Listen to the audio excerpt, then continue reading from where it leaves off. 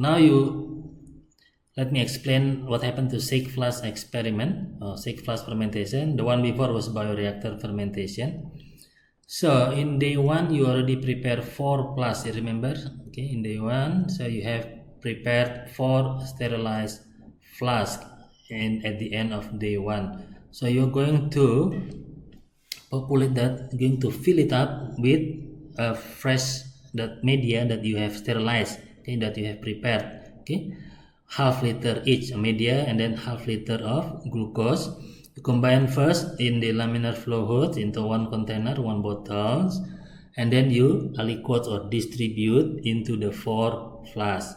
Okay, make sure one of the flask is for control, so we call it F0, and then the next flask is F1 for sampling number 1, and then F2 for sampling number 2, and then the remainder will be your blank for absorbance reading. Okay, so for flask that you use for sampling, you inoculate with the inoculum, the microbes that has reached the exponential phase that you take out from the fridge. Okay, the moment you inoculate your flask containing the media, from here you already combine it in the glucose and media in the laminar flow hoods. Okay, so it contains, let's say, around 250, so you have 1 liter here. We will give more detail how you distribute or aliquot into these 4 flasks, maybe 250 mLs, maybe, okay, in each flask. Okay, one of them is blank that you use for absorbance reading. So you have 250 in here, 250 in here, and then plus 30 ml from inoculums. So you only inoculate 2 flasks. Okay, leave the control alone. This is acting as control. See if there is no contamination when you put this flask into the shaker. So just like before in the inoculum experiment, this is your shake flask experiment.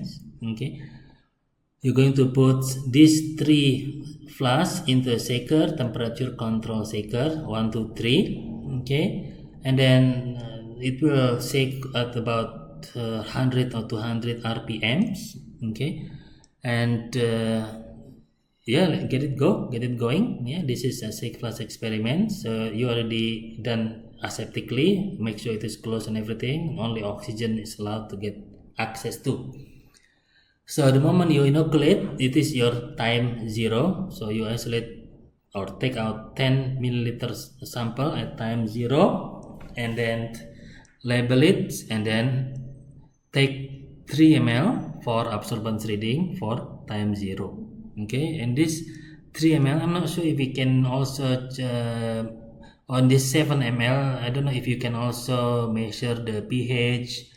Okay, measure the dissolved oxygen in the shake flask experiment, because in the bioreactor experiment all the sensor, all the probes are already available and computerized, so you don't have to do anything. So you just take the data from the computer, from the display.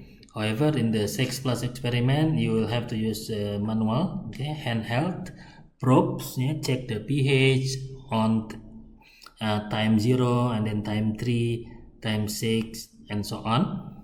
Take it manually if it's available. Okay, for temperature, dissolved oxygen probe if they have. Okay, up to 24 hours, meaning the next day. So you divide yourself, your groups. Okay, take a shift in turn, because some of you will have to stay overnight in the lab. Okay,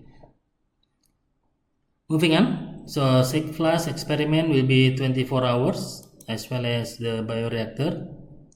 So these 2, shake flask and bioreactor, will run in parallel. Okay, will run in parallel. Maybe only 1 hour different, 1 or 2 hours depending on how fast you prepare all this material. So that's one the reason why we use this diagram, okay, in order to help you get it going more effectively, manage your time, manage your groups.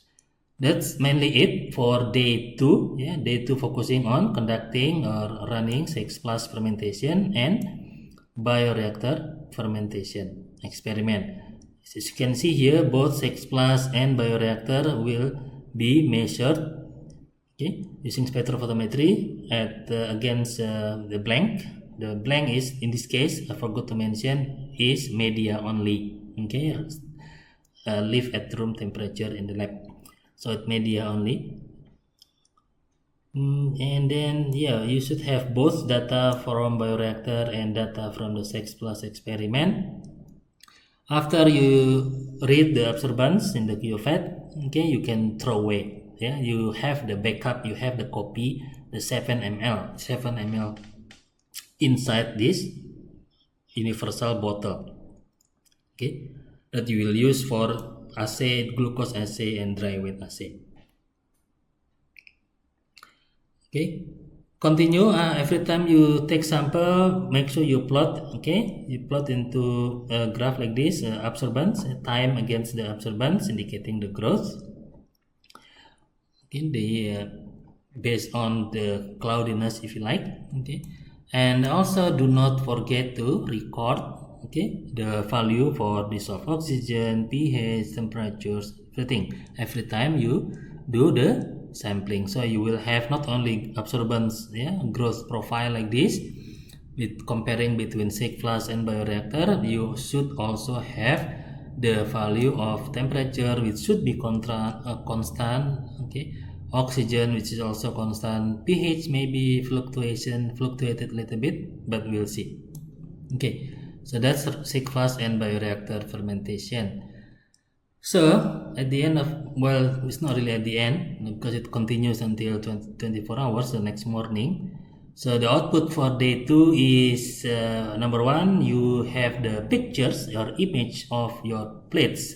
So this one should have been done first thing in the morning. I mean, if you started in day 1 at 10 o'clock, then you can take picture of around 10 o'clock also for your streaking techniques, yeah, T-streak, quadrant streak, etc.